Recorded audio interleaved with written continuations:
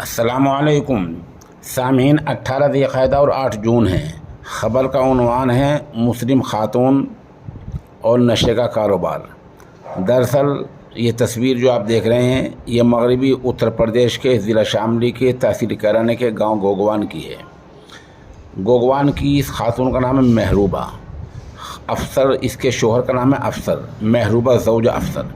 ये आज दिन में 60,000 रुपये मालियत की इसमें के साथ गिरफ़्तार की गई है। गिरफ़्तार पुलिस ने की है और अब आज इसको जेल भेज दिया गया है। कितने शर्म की बात है कि जिस मज़हब में नशे को मुकम्मल तौर पर हराम करार दिया गया था, उसी मज़हब के पैरोकार की एक खातून आज नशे के कारोबार में मुलव्वस पाई गई है और जेल चली गई है। गांव गोगवान वो गांव हैं जहां बड़े मदरसे हैं, मसाजिद हैं, जमातें भी जाती रहती हैं। सवाल यह है कि आखिर इस्लाह का काम किस पैमाने पर हो रहा है। पुलिस रिकॉर्ड में पूरे ज़िले में नशा मुखालिफ मुहिम चली हुई है। उधर इस्लाह मुआशरा के बड़े बड़े प्रोग्राम हो रहे हैं, लेकिन जब एक खातून नशे के कारोबार में मुलव्वस पाई जाएगी तो इससे बड़ी शर्म की और क्या बात हो सकती है।